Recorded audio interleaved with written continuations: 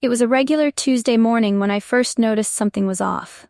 The office was busy as usual, phones ringing, keyboards clicking, people chatting and rushing about to meet deadlines.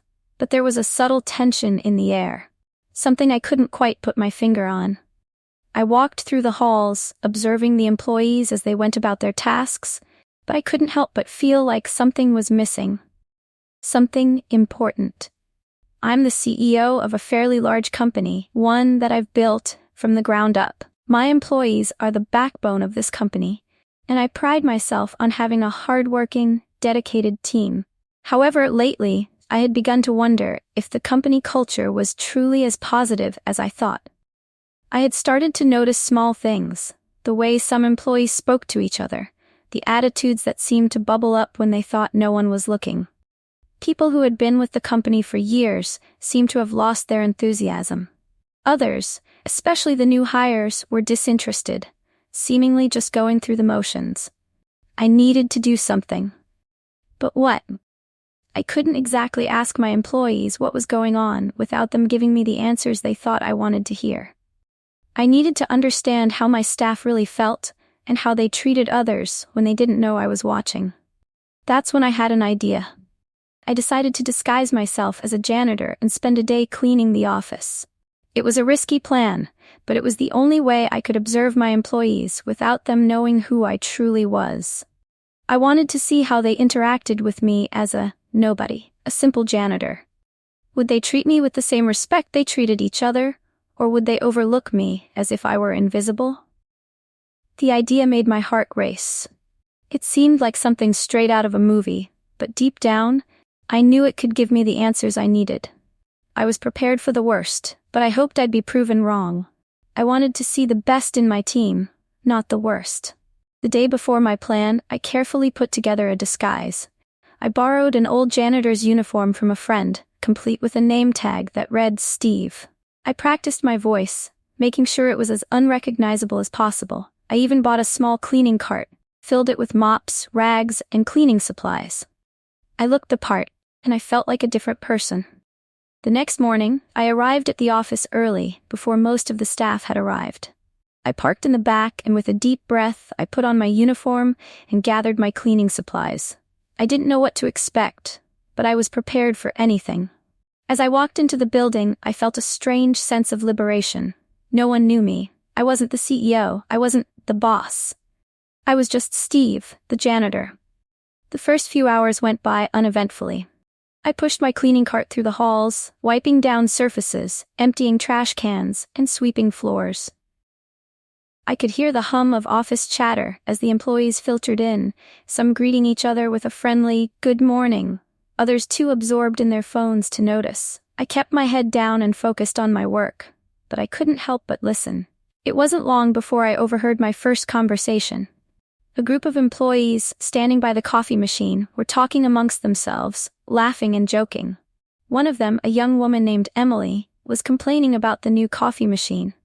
"Honestly, who even uses this thing? It's always broken and the company keeps wasting money on it," she said. Another employee, Mark, chimed in, "Yeah, and don't get me started on the cleaning staff. They never do a good job. I swear, I saw Steve leave the floors looking worse than they were when he started." I stood there, holding the broom, trying not to react. I wasn't sure if they were talking about me, but I had a sinking feeling they were. I had been cleaning the floor that morning, but I hadn't heard any complaints. Why would they talk about me this way? I wasn't even the one doing the cleaning today. I couldn't help but feel a sting. Emily and Mark didn't know who I was, but the fact that they were so quick to belittle the janitorial staff made me question what kind of culture we had at the company. Did they think they were better than others, simply because of their positions? Or were they just taking their frustrations out on someone they thought they could easily dismiss? I continued working, pushing the cart down the hall, but the comments stayed with me. Every step I took, I could hear their voices echoing in my mind. The rest of the morning felt like a blur as I tried to stay focused on my tasks. But it was clear that the attitude toward the janitorial staff wasn't an isolated incident. As I cleaned the restrooms, I overheard other employees making similar comments, complaining about the quality of the work, even though I hadn't seen anything wrong with it. Lunchtime came, and as I walked past the break room, I saw a group of employees gathered at a table. They were eating and chatting about their weekends, but I overheard one of them, Peter, a mid-level manager, complaining about a recent project. "This company is falling apart," he said, lowering his voice as if he didn't want anyone else to hear. "The CEO doesn't even know what's going on. We're just putting out fires left and right, and nobody seems to care. Hell, I can't even rely on the janitorial staff to do their jobs properly. It's a mess in here." The words hit me like a punch to the stomach. I had been listening for hours, trying to learn about my employees' true feelings, but hearing them trash talk the staff I valued so much, especially when I knew they didn't have the slightest idea who I was devastating. They didn't know that the man they were speaking so harshly about was actually the CEO of the company. To them, I was just another, invisible employee, someone to be ignored and dismissed. I couldn't take it anymore. The sting of their words was too much, and I decided it was time to stop hiding. I walked into the break room, my heart racing, and I cleared my throat loudly. Everyone at the table looked up in surprise. The room went silent as I stood there, still in my janitor's uniform. I looked around, meeting each of their eyes one by one.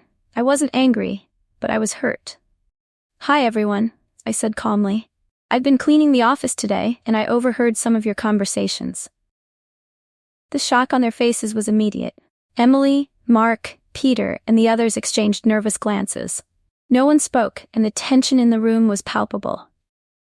"I heard some comments about the janitorial staff," I continued, my voice steady. "And I need to tell you something. I'm not just the janitor here. I'm the CEO of this company, and I'm disappointed in how some of you have been treating others. It's not okay to belittle or dismiss someone just because of their position." There was a long silence as the realization sank in. The employees at the table were speechless, their faces flushed with embarrassment. They couldn't believe what they had just heard. Some of them tried to apologize, but I waved it off. "I didn't do this to embarrass you," I said. "I did this because I wanted to see how you treated people when you thought they were invisible. We all have a role to play in this company, from the CEO to the janitor. Every single person deserves respect, no matter their position." I could see the guilt in their eyes, and I knew that this was a turning point. Maybe they hadn't realized it before, but now they understood. It wasn't just about doing their jobs, it was about creating a culture where everyone was valued. "I hope this lesson sticks," I added. "Let's all remember that we're here to work together, and respect is the foundation of that." The room was quiet for a moment, and then Emily, the young woman who had complained about the coffee machine earlier, stood up. She walked over to me, her face full of remorse. "I'm sorry," she said softly. "I didn't mean to be rude. I didn't realize." I smiled gently. "It's okay. I just want you to think about the way you treat others. We all deserve to be treated with dignity." As the day went on, things started to shift. I noticed that the employees were more considerate toward one another, and there was a subtle change in the office atmosphere.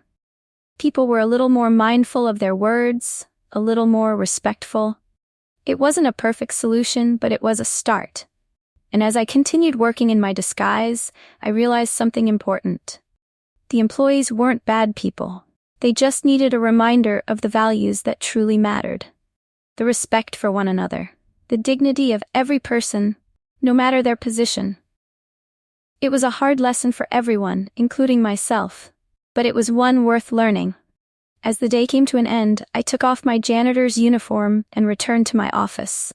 I felt a sense of relief, knowing that I had taken the right steps to remind my employees of the importance of respect and kindness. The company culture would never be the same, and that was a good thing.